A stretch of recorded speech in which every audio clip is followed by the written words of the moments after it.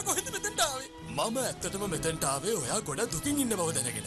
හොඳට මතක තියාගන්න ඔයාටත් කරන්න පුළුවන් දේවල් ගොඩක් තියෙනවා ගිහින් කරන්න. ඇයි මොකද කියන්නේ? බ්‍රේක් ඩාන්ස් එකකට කැමතිද?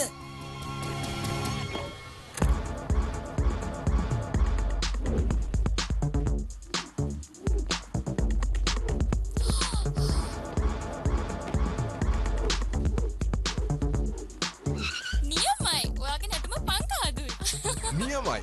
ඔයා පිට එක කැම කන්න එන්න. යාළුවා. ඒක නම් නියමයි. අද තමයි දැනගත්තේ මම කවුද කියලා. ස්තුතියි ඔයාට.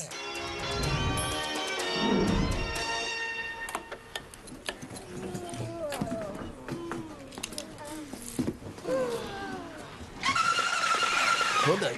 අපි දැන් කතා කරමු මොනවද ඉගෙන ගත්තේ කියලා. මට අනිත් අය ගැන